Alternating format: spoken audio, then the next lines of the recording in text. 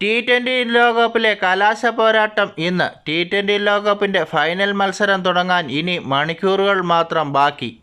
അഹമ്മദാബാദ് നരേന്ദ്രമോദി സ്റ്റേഡിയത്തിൽ ഇന്ന് വൈകിട്ട് 7 മണി മുതലാണ് ഇന്ത്യയും ന്യൂസിലാൻഡും തമ്മിലുള്ള ടി-20 ലോകകപ്പിന്റെ ഫൈനൽ മത്സരം നടക്കുക. ഒരു മാസത്തോളം നീണ്ടുനിന്ന 20 ടീമുകൾ തമ്മിൽ മത്സരിച്ച ടി-20 ലോകകപ്പിന് പരിസമാപ്തിയിൽ എത്തി നിൽക്കുകയാണ്. ഇനിയും ഒരു മത്സരം മാത്രം ബാക്കി, ഒരു കിരീടാവകാശിയും. നിലവിലെ കിരീട ജേതാക്കളായ ഇന്ത്യ തങ്ങളുടെ കിരീടം നിലനിർത്താൻ ശ്രമിക്കുമ്പോൾ കന്നി കിരീടം മോഹിച്ച് ന്യൂസിലാൻഡും ഇറങ്ങുന്നു. ടി-20 ലോകകപ്പിൻ്റെ ചരിത്രത്തിൽ ഇതുവരെ സംഘാടക ടീമിന് ഇതുവരെയും ലോകകപ്പ് നേടാനായിട്ടില്ല. എന്നാൽ ഇത്തവണ ആ ചരിത്രം കൂടി ഇന്ത്യ തിരുത്താൻ തന്നെയാണ് ഇന്ത്യ ഉറച്ച് ഇറങ്ങുന്നത്.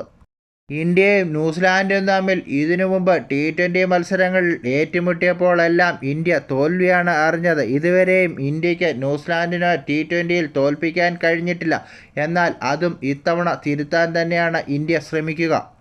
മറുഭാഗത്ത് ന്യൂസിലാൻഡിനെ സംബന്ധിച്ചിടത്തോളം ന്യൂസിലാൻഡിന് 2 ICC കിരീടങ്ങളാണ് കിട്ടിയിട്ടുള്ളത്.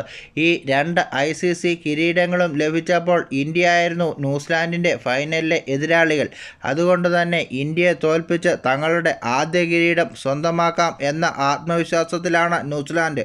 സെമി ഫൈനലിൽ മിന്നുന്ന പ്രകടനം കാഴ്ചവെച്ച ന്യൂസിലാൻഡിൻ്റെ ഓപ്പണർമാർ തന്നെയാണ് ന്യൂസിലാൻഡിൻ്റെ കരുത്ത്.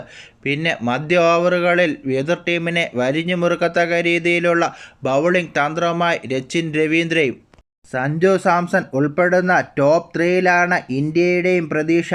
അതുപോലെ ഏതവസരത്തിലും മത്സരത്തെ തിരിച്ചുകൊണ്ടുവരാൻ കഴിയുന്ന ബുംറയിലുമാണ് ഇന്ത്യയുടെ പ്രതീക്ഷ. എന്തായാലും നമുക്ക് കാത്തിരുന്ന് കാണാം ലോകകപ്പ് ആര് നേടും എന്നറിയാൻ.